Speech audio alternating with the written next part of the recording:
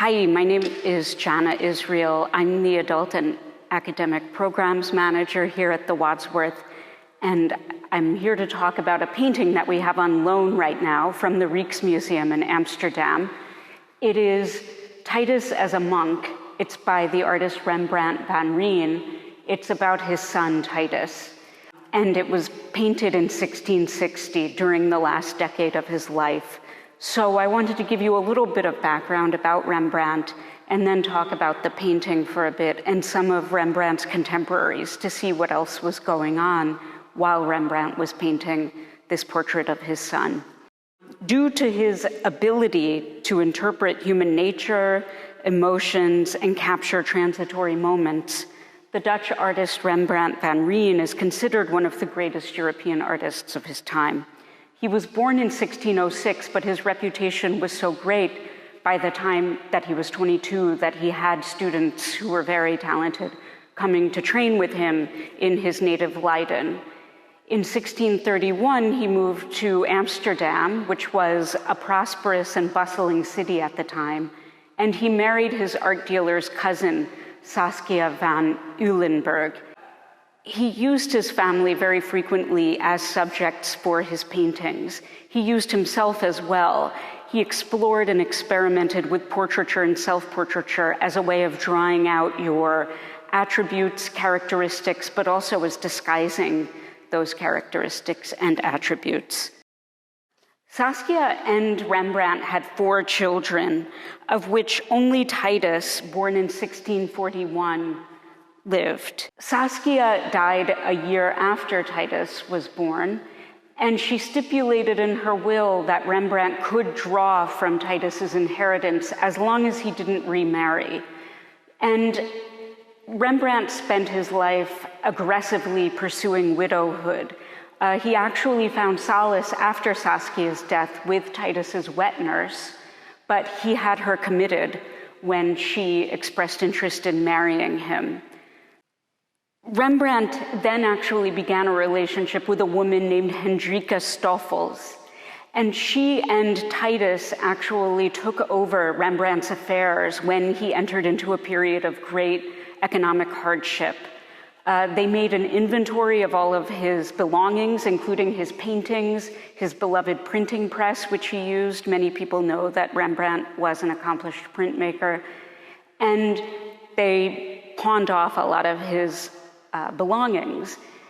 There's a story that may or may not be true of Titus carrying Rembrandt's mirror across town to his new home, which was less expensive in a less tony part of Amsterdam.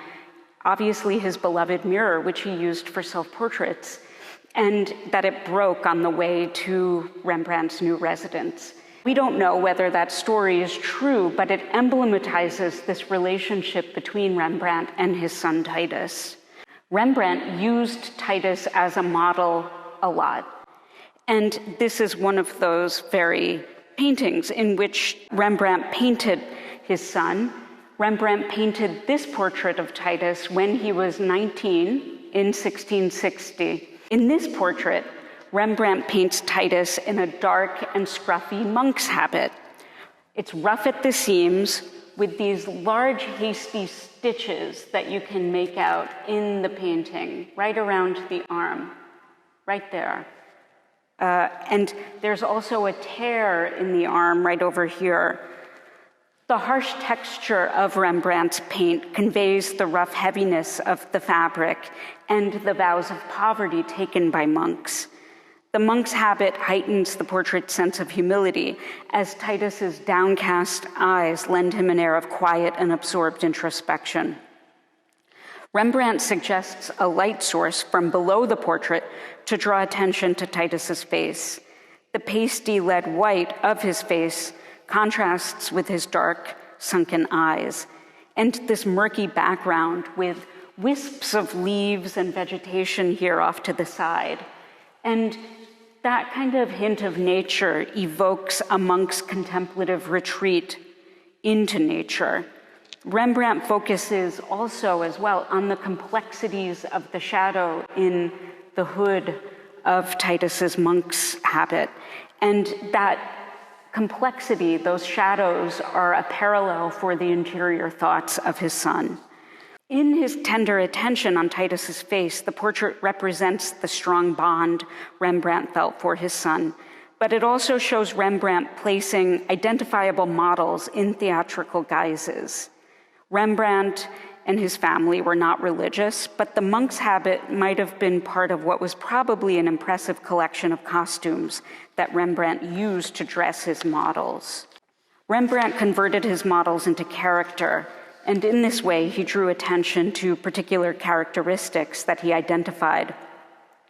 And he added an expressive and empathetic psychological dimension to the likeness of his sitters.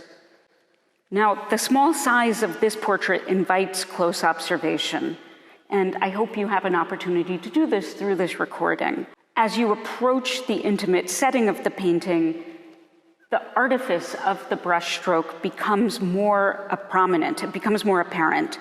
Rembrandt was able to achieve this striking portrait of his son with a limited monochromatic palette of muted earth colors and commonly available pigments such as lead white, which he mixed with linseed oil to construct the thick layers of paint that give his work its rich textural appearance.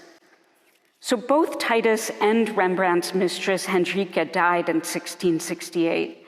Rembrandt died a year later.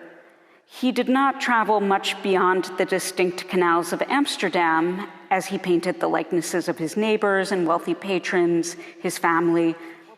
Thank you for paying attention to this talk about this painting, this wonderful painting, Titus as a Monk. I hope you had a chance to see it before we had to close.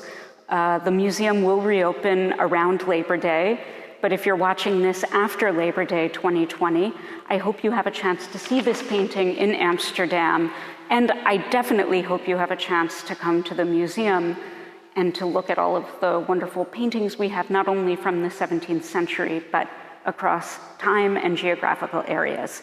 Thank you.